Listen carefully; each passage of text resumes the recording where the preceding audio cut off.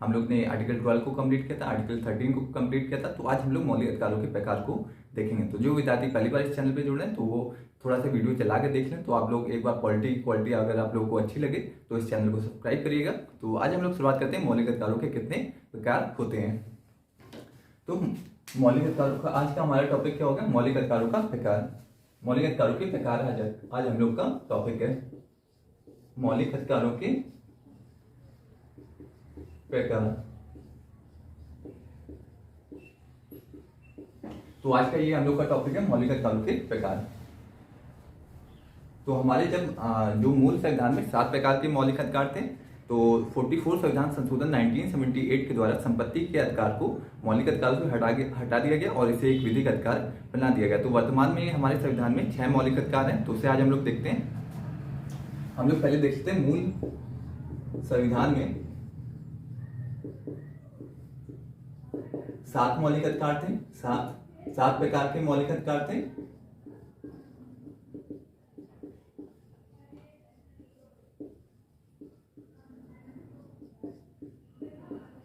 संविधान संशोधन के द्वारा 44 संविधान संशोधन 1978 के द्वारा संपत्ति के अधिकार को मौलिक अधिकार से हटा दिया गया। तो संपत्ति का अधिकार अब क्या है? अब ये विधिक अधिकार है। अब ये मौलिक अधिकार नहीं है, विधिक अधिकार है। तो हम लोग ने मौलिक अधिकार और विधिक अधिकार में भी डिफरेंस को बहुत अच्छी तरीके से समझा था। तो पहले वाले लेक्चर्स में भी आप इस डिफरेंस को देख सकते हैं। वहां पे हम लोग ने जो डिफरेंस होता है उसे कंप्लीट कर दिया है। तो अब वर्तमान में कितने मौलिक अधिकार बचे हैं? इसको हटाने के बाद अब संविधान में 6 मौलिक अधिकार, 6 प्रकार के मौलिक अधिकार हैं।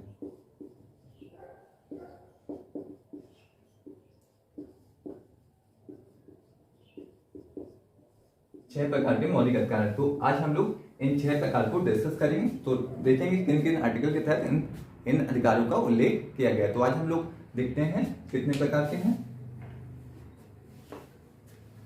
तो इन 6 प्रकारों को देख लेते हैं, फिर हम लोग एक एक करके सबको डिस्कस करेंगे लाइन से। तो ये हो गया हमारा मौलिक अधिकार। मौलिक अधिकार पहला देखते हैं। पहला हो गया समानता का अधिकार। 6 प्रकार के होते हैं। तो पहला हो गया समानता का अधिकार। ये आर्टिकल 14 से लेकर आर्टिकल 18 तक इसका उल्लेख है। आर्टिकल 14 से आर्टिकल 18 तक। और दूसरा देखते हैं स्वतंत्रता का अधिकार। स्वतंत्रता का अधिकार, इसका उल्लेख किस आर्टिकल के तहत है? आर्टिकल 19 से लेकर आर्टिकल 22 तक इसका उल्लेख है। तीसरा क्या है? शोषण के विरुद्ध अधिकार। शोषण के विरुद्ध अधिकार, इसका उल्लेख किस आर्टिकल के तहत है? Article 23, article 24। अब चौथा क्या है? ये पहला हो गया, ये दूसरा हो गया, ये तीसरा हो गया। अब चौथा क्या हो गया? धार्मिक स्वतंत्रता का अधिकार। धार्मिक स्वतंत्रता का अधिकार,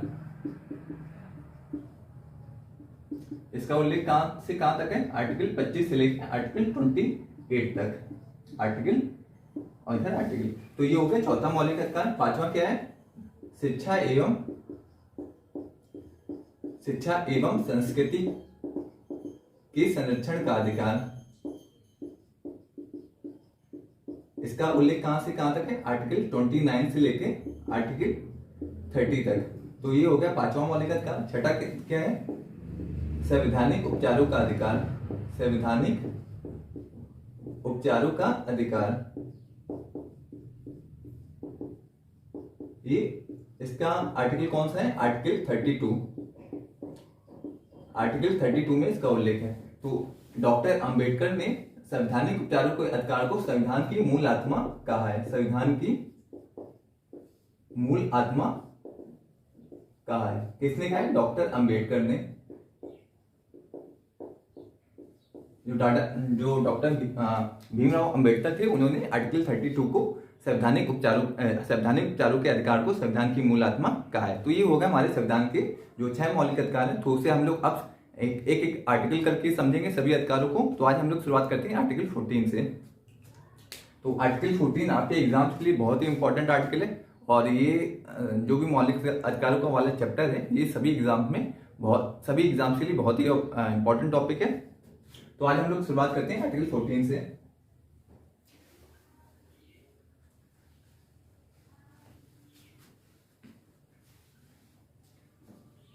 आर्टिकल 14 में दो सब क्लॉज हैं। 14 तो समानता का अधिकार कहां से कहां तक है? समानता का अधिकार आर्टिकल 14 से आर्टिकल 18 तक। तो आज हम लोग 14 को डिस्कस करेंगे, फिर हम लोग कल आर्टिकल 15 को डिस्कस करेंगे। एक एक करके हम लोग सारे आर्टिकल को कवर करेंगे और ये आपके चाहे आईएएस हो चाहे पीसीएस हो सभी एग्जाम के लिए बहुत ही इंपॉर्टेंट आर्टिकल्स हैं। तो आर्टिकल 14 में दो सब क्लॉज हैं। 14(1) हो गया, 14(2) हो गया। तो 14(1) में क्या उल्लेख है? विधि के समक्ष समानता। विधि के समक्ष समानता,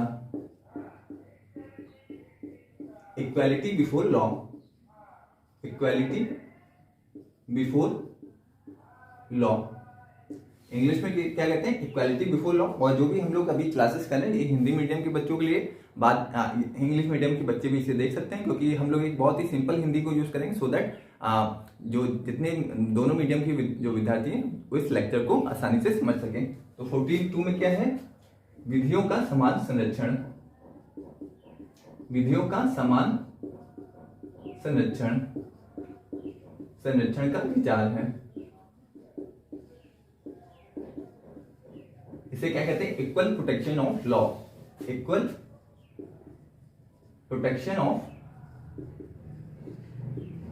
ऑफ लॉज।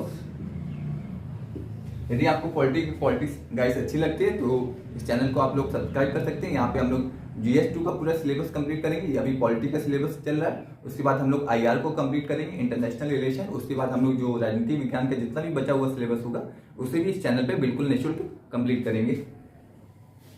तो ये हो गया विधि की समक्ष समानता 14(1) में। 14(2) में विधियों का समान संरक्षण का विचार। अब हम लोग देखते हैं 14(1) को अब हम लोग बिल्कुल डिस्कस करते हैं कि इस आर्टिकल में क्या क्या प्रावधान किए गए हैं।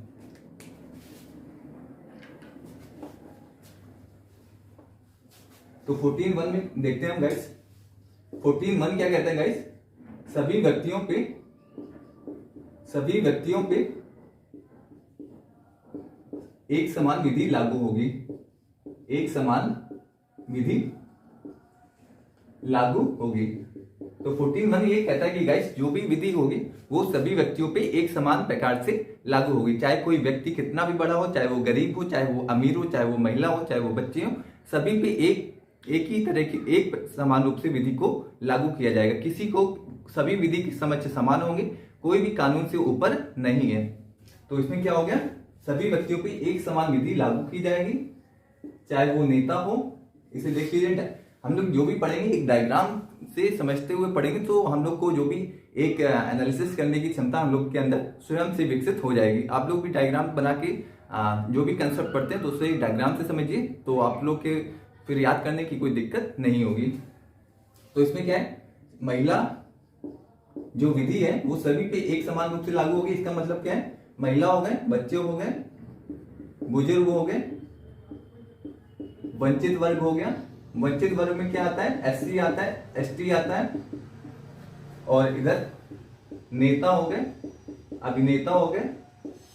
सभी पे एक समान रूप से विधि को लागू किया जाएगा। विधि को लागू करने में किसी भी प्रकार का भेदभाव नहीं किया जाएगा। तो विधि के समक्ष जब सभी समान होंगे तो किसी भी व्यक्ति को किसी भी प्रकार का विशेषाधिकार प्राप्त नहीं होगा। विधि के समक्ष सभी समान होंगे, सभी समान होंगे। इसका मतलब क्या है कि जब सभी विधि के समक्ष समान है, चाहे नेता हो, चाहे अभिनेता हो, चाहे वंचित वर्ग हो, चाहे बुजुर्ग हो, चाहे बच्चे हो, महिला हो, तो किसी को भी किसी भी प्रकार का विशेषाधिकार प्राप्त नहीं होगा। इसका मतलब क्या हो गया? किसी को भी विशेषाधिकार प्राप्त नहीं होगा। कोई ये नहीं कह सकता कि हम विधि को फॉलो नहीं करेंगे, हम बहुत अमीर हैं तो हम कानून से ऊपर है, ऐसा किसी को भी ये अधिकार प्राप्त नहीं है। तो ये हो गया इसका पहला पॉइंट और ये दूसरा पॉइंट हो गया। अब तीसरे पॉइंट पे आते हैं कि तीसरा पॉइंट देखते हैं, सभी पे विधि समान रूप से लागू होगी। इसमें क्या हो गया, चाहे महिला हो, चाहे बच्चे हो, चाहे बुजुर्ग हो, चाहे नेता हो, चाहे अभिनेता हो, चाहे जितना भी बड़ा से बड़ा आदमी हो, सभी विधि के समक्ष समान है। किसी भी व्यक्ति को किसी भी प्रकार का विशेष अधिकार प्राप्त नहीं है। तो अब इसका तीसरा पॉइंट देखते हैं। ये पहला हो गया, ये दूसरा हो गया। इसे आप लोग नोट डाउन कर लीजिए। आप लोग भी ऐसे अपने शॉर्ट में नोट्स बनाएंगे तो आपको आगे एक तो याद करने में, क्योंकि यूपीएससी का सिलेबस बहुत बड़ा है तो आपको याद करने में दिक्कत होती है। तो अगर आप लोग डायग्राम बना के अपने सिलेबस को कंप्लीट करेंगे तो आपको याद करने में किसी भी प्रकार की कोई दिक्कत नहीं होगी। तो इसे आप लोग नोट डाउन कर लीजिए।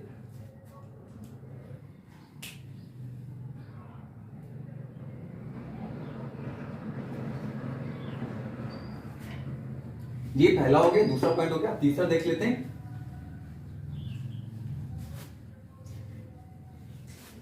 तीसरा पॉइंट क्या है, विधि के समक्ष समानता के विचार को विधि के समक्ष समानता के विचार को समानता का नकारात्मक विचार कहते हैं। समानता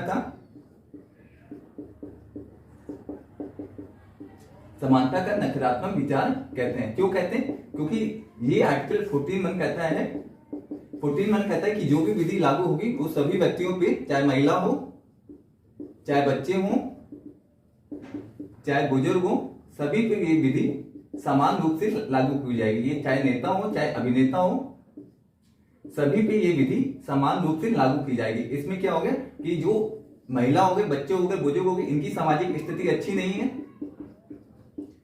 और इनकी सामाजिक स्थिति, नेता हो गए, अभिनेता हो गए, पुरुष हो गए, इनकी सामाजिक स्थिति अच्छी है। जब सामाजिक स्थिति दोनों की अच्छी है तो दोनों के लिए अलग अलग कानून होने चाहिए। इनकी सामाजिक स्थिति इतनी खराब है, महिलाओं की समाज में उतनी अच्छी स्थिति नहीं है, इसलिए इनकी सामाजिक स्थिति, बच्चे हो गए, महिला हो गए, बुजुर्ग हो गए, वंचित वर्ग हो गया, एक और ऐड कर लीजिए, इनकी सामाजिक स्थिति खराब है और इनकी सामाजिक स्थिति अच्छी है। जब इनकी सामाजिक स्थिति अच्छी है तो इनके लिए अलग से कानून होना चाहिए, इनके लिए अलग से कानून होना चाहिए। लेकिन आर्टिकल 14 क्या कहता है कि सभी के लिए एक तरह का, सभी के लिए एक तरह का कानून होगा। आर्टिकल 14 क्या कहता है, सामाजिक परिस्थिति की उपेक्षा कर देता है। तो इसलिए आर्टिकल 14 को विधि के समक्ष समानता का नकारात्मक विचार कहते हैं। तो आपको समझ में आ गया होगा कि विधि के समक्ष समानता का नकारात्मक विचार क्यों कहते हैं, क्योंकि ये जो आर्टिकल 14 है ये जो व्यक्तियों की सामाजिक परिस्थितियों की उपेक्षा कर देता है, जिस कारण इस सिद्धांत को समानता का नकारात्मक विचार भी कहते हैं। इसे आप लोग नोट डाउन कर लीजिए।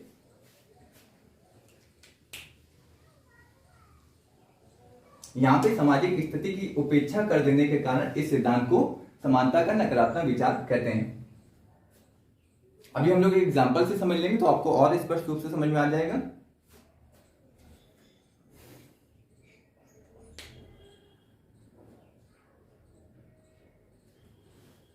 अब हम लोग आते हैं एक एग्जाम्पल से समझते हैं तो आपको और अच्छे ढंग से समझ में आ जाएगा।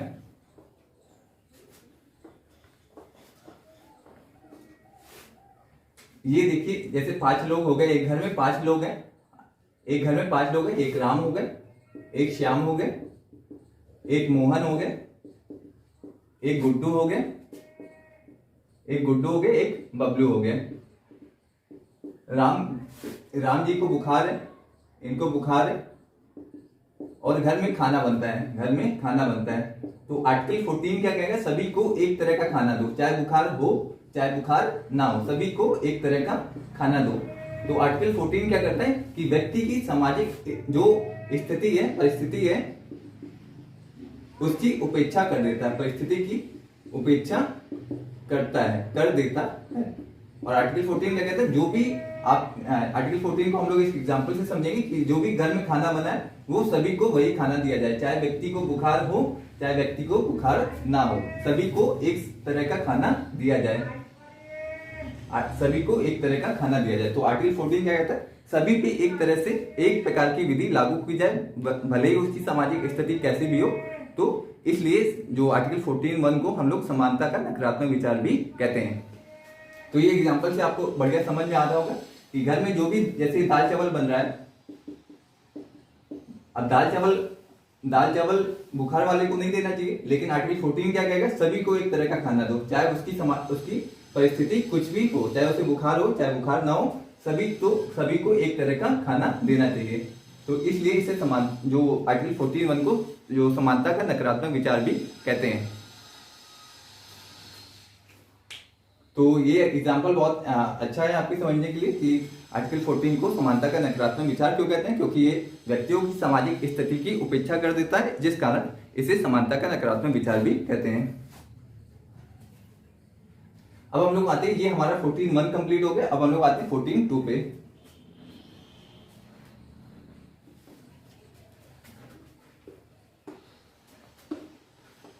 14(2) क्या कहता है।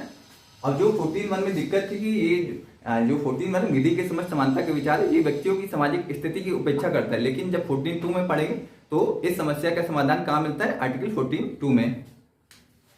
आर्टिकल 14(2) में आर्टिकल 14(2) क्या कहता है, सभी व्यक्तियों पे एक समान विधि लागू नहीं की जाएगी। तो इस 14(1) की समस्या का समाधान कहां मिलता है, आर्टिकल 14(2) में। Equal protection of law, equal protection of law, विधियों का समान संरक्षण। 14(2) क्या है, विधियों का समान संरक्षण।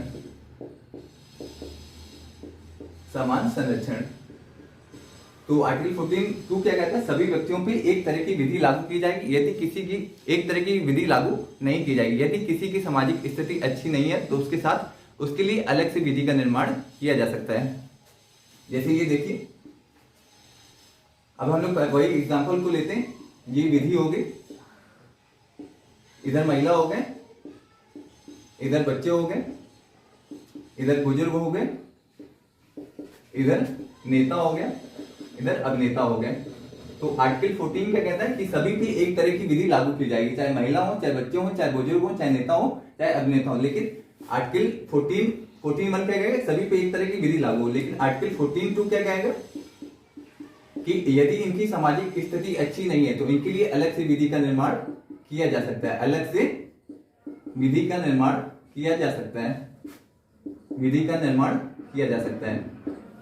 यदि तो आर्टिकल 14 क्या है, व्यक्तियों की सामाजिक स्थिति को ध्यान में रखता है और उनके लिए अलग से विधि के निर्माण का प्रावधान करता है। जबकि आर्टिकल 14 क्या कहता है, आर्टिकल 14(1) क्या कहता है कि सभी के लिए एक समान विधि लागू की जाएगी। तो इसमें आर्टिकल 14(1) और आर्टिकल 14(2) में आपको डिफरेंस पता चल गया हो गया कि आर्टिकल 14(1) व्यक्तियों की सामाजिक स्थिति की उपेक्षा करता है, जबकि आर्टिकल 14(2) व्यक्तियों की सामाजिक स्थिति की उपेक्षा नहीं करता है। अब ये सामाजिक स्थिति की उपेक्षा नहीं करता है, जिस कारण इसे समानता का सकारात्मक विचार भी कहते हैं। समानता का सकारात्मक विचार कहते हैं। इसमें विधि निर्माण करते समय व्यक्तियों की परिस्थिति को ध्यान में रखा जाता है, जिस कारण इस सिद्धांत को समानता का सकारात्मक विचार कहते हैं और 14(1) को समानता का नकारात्मक विचार कहते हैं, क्योंकि विधि लागू करते समय व्यक्तियों की सामाजिक स्थिति की उपेक्षा कर दी जाती है आर्टिकल 14(1) के तहत। तो ये डिफरेंस हो गया आर्टिकल 14(1) और आर्टिकल 14(2) में। लोगों को बहुत कंफ्यूजन होता है 14(1) में, 14(2) में। तो आज आप लोगों के सारे कंफ्यूजन दूर हो गए होंगे कि 14(1) क्या है, 14(2) क्या है। अब हम लोग 14(2) को एक एग्जांपल से समझ लेते हैं तो आपको और क्लैरिटी हो जाएगी 14(2) में। 14(2) को एक एग्जांपल से समझते हैं। अभी हम लोग ने खाने वाले एग्जांपल से देखा था, खाना वाला एग्जांपल लेते हैं फिर से। ये हो गए 5 लोग, ये हो गए राम, श्याम हो गए, ये हो गए सोहन हो गए, मोहन हो गए और इधर हो गए बबलू हो गए। तो राम जी को बुखार है, तो आर्टिकल 14(1) क्या कहेगा, जो खाना बना है घर में, दाल चावल बना है, दाल चावल जो खाना बना है घर में, वो सभी को एक तरह का खाना दिया जाए, सभी को एक तरह का खाना दिया जाए। चाहे व्यक्ति को चाहे बुखार हो, चाहे व्यक्ति की सामाजिक स्थिति कुछ भी हो,